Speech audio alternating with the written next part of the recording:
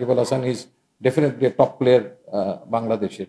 তো আমরা সেটা নিয়ে ভেবেছি, বাট তার সিলেকশনটা হচ্ছে তার খেলার মেধার উপরে।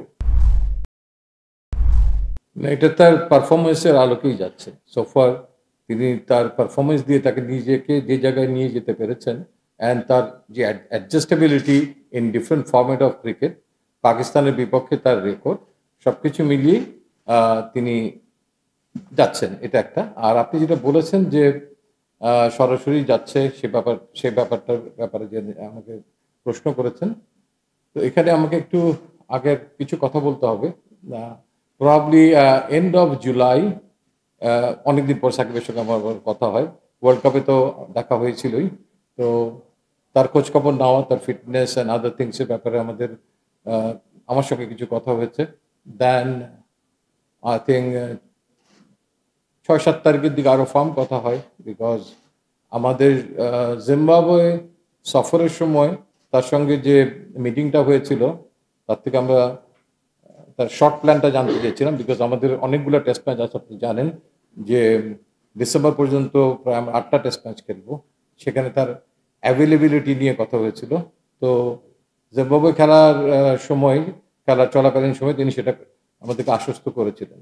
তো উদ্ভূত পরিস্থিতির আলোকে আমাকে এটা আবার রিক্যাপ করতে হয়েছে, এবং এটা শুধু ফোন নয়, ফোনের পাশাপাশি প্রপার ইমেল কমিউনিকেশন হয়েছে তার সঙ্গে।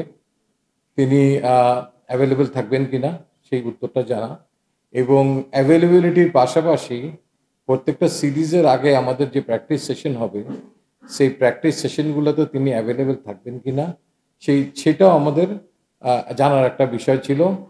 এটা একটা সিলেকশন ক্রাইটেরিয়ার একটা প্রসেস হিসাবেই আমরা এটাকে ধরেছি, এবং তখন আমাদের হয়তো যাওয়ার কথা ছিল আর একটু পরে। তো সেই আলোকে 11 তারিখে যদি তার খেলা শেষ হয়, তিনি কবে নাগাদ যেতে পারেন সেই ব্যাপারগুলো আমরা আলোচনা করেছি, এবং এখন দল যেহেতু আগেই চলে যাচ্ছে, তো সেই আলোকে তিনি সম্ভবত 14 তারিখ অথবা 15 তারিখ, এটা লজিস্টিক দেখছে, তো সেখানে দলের সঙ্গে গিয়ে যোগ দিবেন।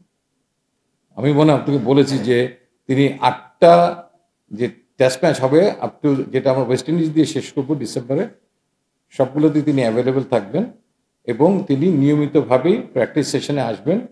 হ্যাঁ, এখানে যেন প্র্যাকটিস সেশনে সবারই, প্রত্যেকটা খেলোয়াড়, বিদেশি কর্মকর্তার নিরাপত্তা একটা ইস্যু থাকে।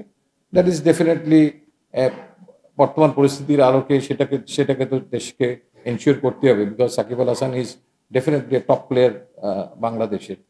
এখানে হয়তো আপনাদের অনেকেই আমাকে ফোন করেছেন, প্রশ্ন করেছেন যে সিলেকশনের ক্ষেত্রে আমরাও সিলেক্টররা ভেবেছি অনেক অনেক ইস্যু ছিল, বিকজ তিনি একজন রাজনৈতিক ব্যক্তিত্ব ছিল বিসাইড প্লেয়ার। তো আমরা সেটা নিয়ে ভেবেছি, বাট তার সিলেকশনটা হচ্ছে তার খেলার মেধার উপরে। তো সেই ক্ষেত্রে আমরা যে জিনিসটা ইউজুয়ালি করি সেটাই আমরা করেছি, তার মেধার জায়গাটাকেই আমরা সমুন্নত রেখেছি। প্রত্যেকটা প্লেয়ারের ক্ষেত্রেই এটা হয়, তো সেটাকে বিবেচনা করি তিনি দলে আছেন, এবং আগামীতেও আমি মনে করি যদি আমরা সিলেকশন প্যানেলে থাকি, তো আমরা মেধাটাকেই গুরুত্ব দিব সবসময়।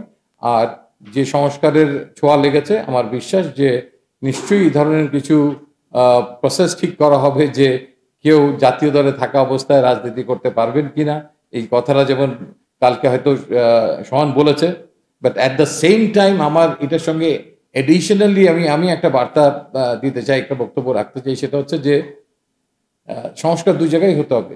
খেলোয়াড়ের জন্য যেমন তিনি যোগদান করতে পারবেন কি পারবেন না রাজনৈতিক দলে, জাতীয় দলকে সার্ভ করার সময়, তার পাশাপাশি যে রাজনৈতিক দলগুলোর কনস্টিটিউশন কিংবা সংস্কার নিয়ে কথা বলছে এই ইন্টারিম গভর্নমেন্ট,